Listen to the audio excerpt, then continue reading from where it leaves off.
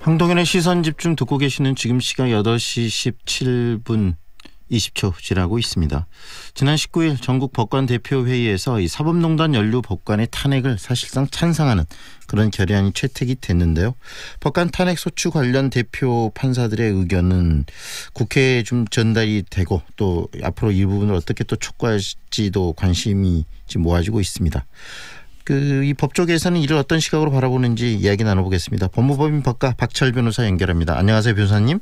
네, 안녕하세요. 네, 이번에 판사들이 이 사법농단의 연루 판사를 탄핵해야 된다라고 요구를 했는데요. 법조인으로서 어떻게 보세요? 당연히 사법부의 신뢰 자체에 문제가 생긴 거여서 굉장히 안타깝게 생각하고요. 네.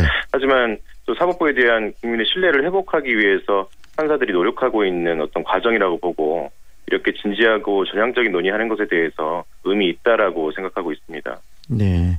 판사가 이 동료 판사에 대한 탄핵 결의안을 채택하는 상황, 법조계 지금 최초의 일이라고 이렇게 알려지고 있는데 이런 상황까지 가야 될 이 지금 사법부의 문제 심각하다고 봐야 되겠죠?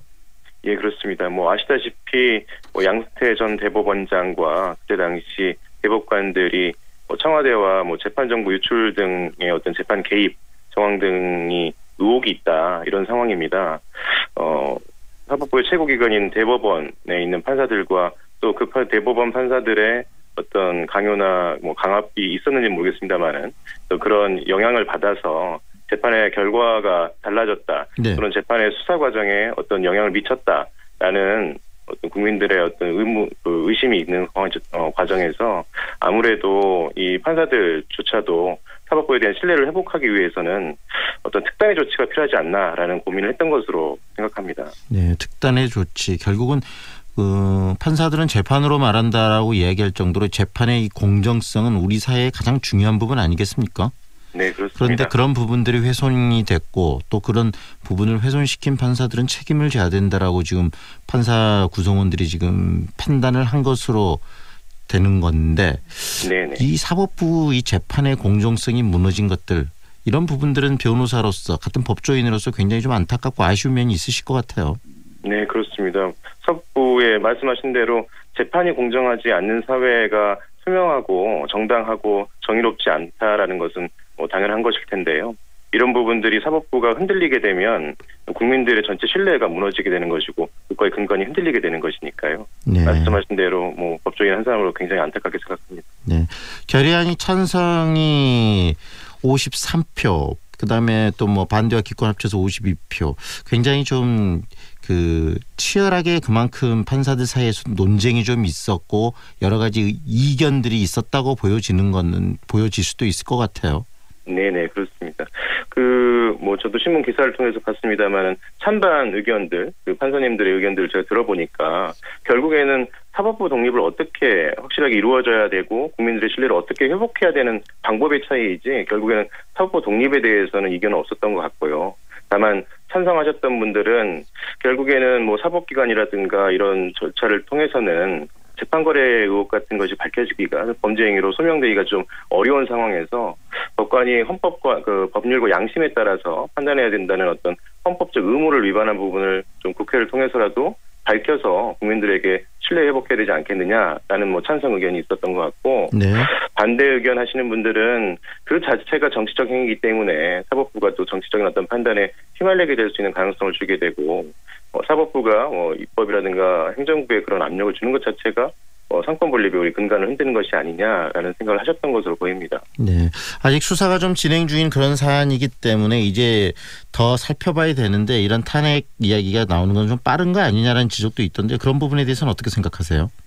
아까 말씀드렸던 그 부분인 것 같습니다. 그러니까 재판거래 의혹이나 이런 부분들이 잘 밝혀지기가 어려운 구조거든요. 네. 어떤 누구의 어떤 청탁이 있었는지 그것을 강요나 압력으로 받아들여서 재판 거래가 되었는지 이런 부분들 굉장히 밝히기 어렵습니다. 그리고 특히 아시다시피 내부의 어떤 감사라든가 어떤 심판을 통해서 법관을 심판하거나 아니면 징계할 수 있는 그런 것도 결국엔 자기 식구끼리의 어떤 판단이기 때문에 외부에서 봤을 때는 그게 합리적으로 보이기 어렵죠. 그래서 아마도 그러한 탄핵 절차를 통해서 좀 국회를 통해서 국민의 대의기관인 국회를 통해서 그러한 좀 검증 결과 검증을 좀 거쳐야 되지 않느냐라는 판단을 한 것으로 보입니다. 네. 그런데 이번에 법관 회의에서 나온 탄핵 촉구 법적인 효력은 어떻습니까? 있는 건가요? 없는 건가요? 뭐 아시다시피 법관 대표 회의라는 것 자체가 이제 평판사님들이 네. 모여서 그 법률 뭐 이렇게 사법부의 어떤 문제점에 대해서 논의하는 자리인데 네. 이 법관의 탄핵을 촉구하는 것이 법률적 효력은 전혀 없습니다. 네. 실질적으로 그냥 의견을 표명한 것에 불과하고요. 다만 그 의견을 표명한 사람들이 법관이라는 데 이제 정치적 행위가 있는 것이 아니냐라는 비판 여론이 있는 것뿐입니다. 네. 의견을 표명한 것이다. 그러면은 뭐 탄핵이 뭐 계속 어떻게 진행되거나 이럴 수 있는 상황은 아니라는 겁니까? 아니면 이것을 그렇습니다. 받아 탄핵이라는 것은 그 법률 헌법에 명시되어 있다시피 국회의 권한입니다. 네. 네. 국회에서 이런 물론 판사들의 촉구 결의에 대해서 국회에서 영향을 받을 수는 있겠죠. 아시다시피 뭐 최근에 어제 이제 그런 결의문이 발표되고 나서 우리 여야에서 지금 각각 또 의견을 속속히 발표하고 있고 네. 또 여당 쪽에서는 적극적으로 이런 탄핵을 검토하고 추진하겠다 이렇게 발표하지 않았습니까? 네네. 이제 그러한 어떤 영향력을 미친다 이렇게 보면 될 것 같습니다. 판사분들의 이런 의견들이 영향력을 미칠 수는 있으나 실질적으로 어떻게 보면은 그 당위성은 공감하지만 그런 어떤 법률적 효력은 없다라는 말씀으로 정리를 하고요. 네. 네. 앞으로 그런데 이런 탄핵까지 이야기할 정도로 이 사법부의 어떤 공정성에 문제가 있다고 법관들 즉 재판하는 네. 판사들 스스로가 인식하고 있다는 게 굉장히 중요한 부분일 것 같은데요. 그렇습니다. 우리 네. 사회의 이 사법부 개혁의 방향도 좀 굉장히 중요할 것 같아요. 어떤 방향으로 사법부가 개혁이 돼야 될까요? 결국에는 법관의 독립이 결국에는 사법부의 독립이라고 보고요. 네, 법관들은 어쨌든 법과 양심에 따라서 판단할 수 있게끔 주위의 어떤 영향력에 대해서 자유롭고 독립적인 어떤 그 구조적인 어떤 그런 제도가 받침이 돼야 됩니다. 현재로서도 그런 구조가 충분하다고는 생각합니다만은 실질적으로 뭐 대통령 중심적인 우리 사회에서 사법부에 대한 영향력이 실질적으로 그런 것이 있었다라는 것이 드러나는 마당이어서 네. 아무래도 입법, 사법, 행정 간의 권력에 있어서 행정부에 좀 치우친 우리 국가 권력에 대해서 전체적인 구조 개혁이 좀 필요할 것 같고요. 네. 이후에도 이 평판사 회의나 이런 그 회의들이 굉장히 의미 있다라고 보이고 그런 회의들이 없었다면 아마 오늘과 같이 그 독립 판사의 탄핵을 논의하는 이런 논의 자체가 되지 않았을 거라고 생각합니다. 네.